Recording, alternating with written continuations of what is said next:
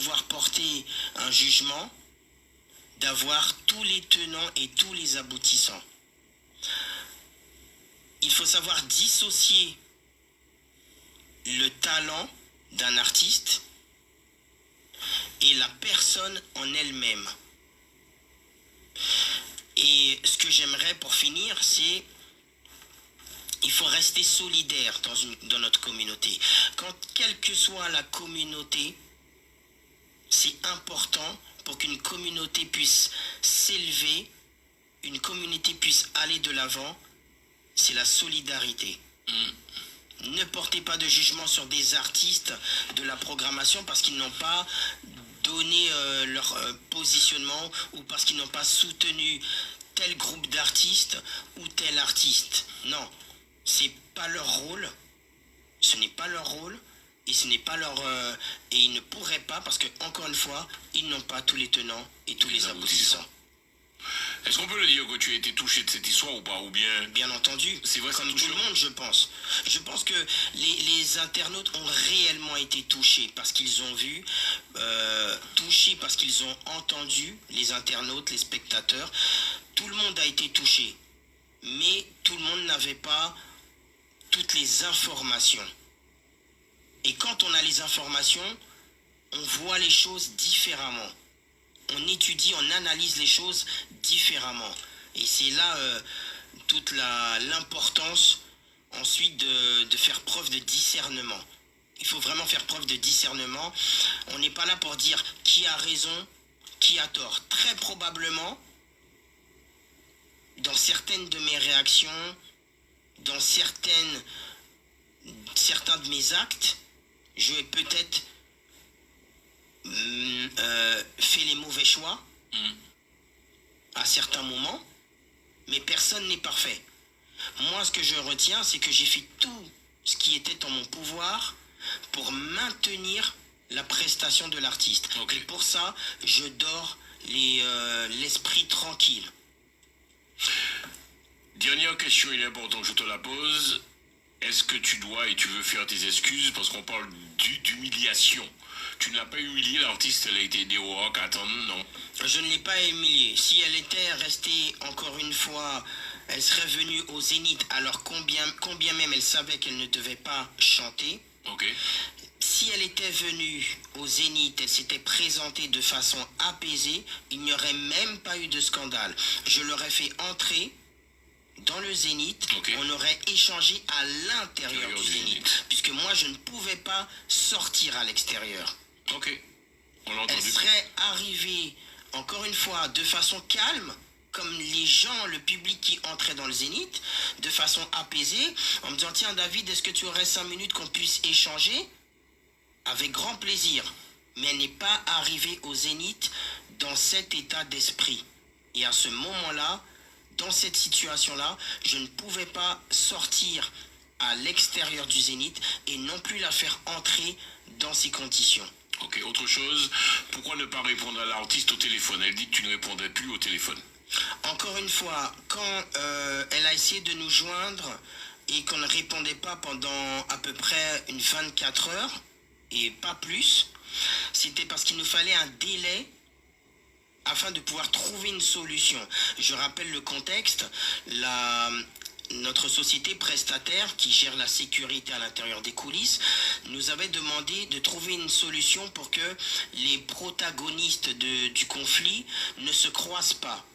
Il nous fallait, nous, à la dernière minute, ça nous est tombé dessus comme ça, sans qu'on s'y attende. Il nous fallait un moment pour se retirer et pouvoir se concentrer pour trouver une situation, une solution. Donc tu te mets au vert, on appelle ça se mettre au vert. On s'est mis au vert pendant 24 heures. Et c'est la seule raison pour laquelle on n'a répondu ni à elle, mais ni à personne. C'est pas que elle qui était visée. Les managers des autres artistes essayaient de nous joindre aussi.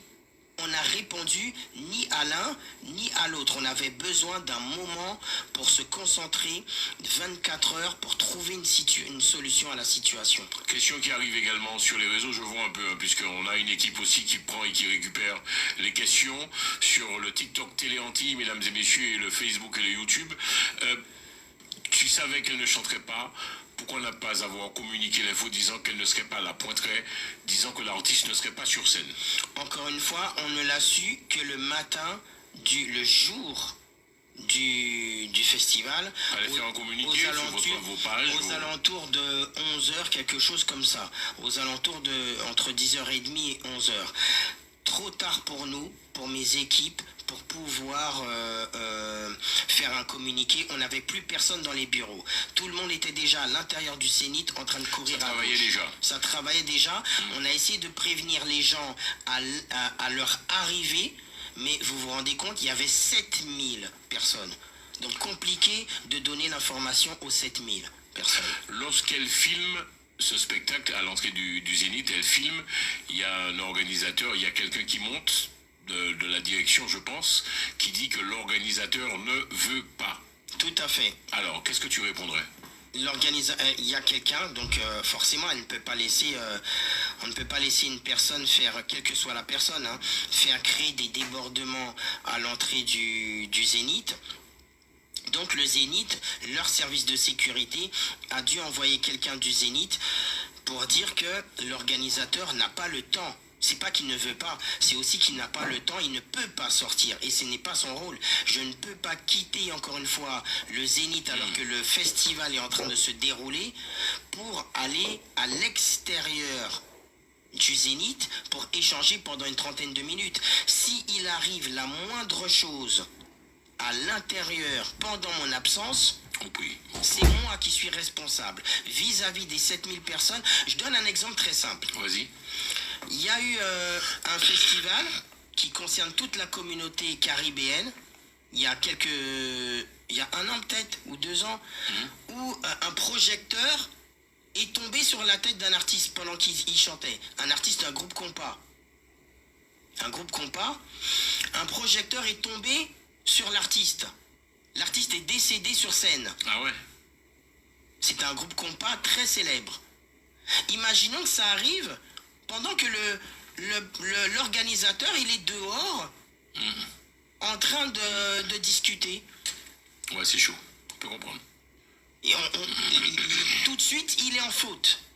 Et c'est quelque chose de concret, c'est quelque chose qui est arrivé dans la communauté haïtienne avec un groupe compas célèbre où l'artiste est décédé sur scène. Oui, de Mika Ben. Ah. Et l'artiste, il est pas, le producteur, l'organisateur n'est pas là, il est dehors en train de discuter. On est d'accord, c'est délicat. C'est pas délicat, il est dans une situation vraiment, vraiment problématique, pour rester poli. Ok.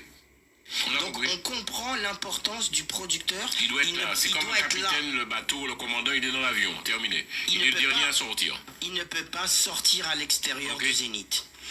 Est-ce que tu as prévu de rembourser les spectateurs venus pour cet artiste? Excuse-moi, les questions arrivent, je te les pose et je vous le dis, mesdames et messieurs, nous sommes neutres dans cette émission.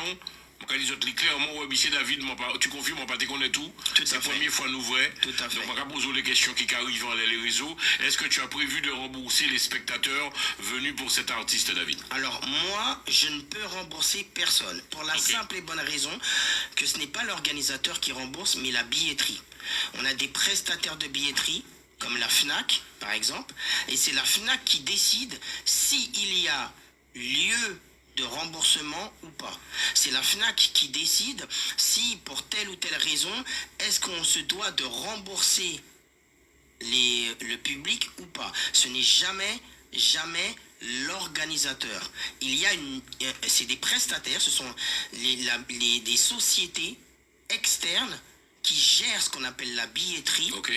S'il y a le moindre problème de remboursement, il faut exposer le problème aux sociétés de billetterie auxquelles vous avez acheté les billets, et c'est à la société qui gère la billetterie comme la FNAC par exemple ou Ticketmaster, c'est à eux de décider s'il y a une raison de rembourser ou pas.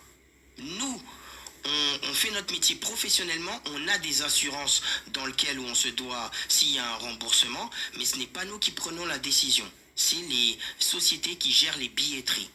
Donc s'ils veulent demander un remboursement, il faut qu'ils envoient un mail à la société de billetterie. Alors il y a les gens aussi, des téléspectateurs qui se plaignent.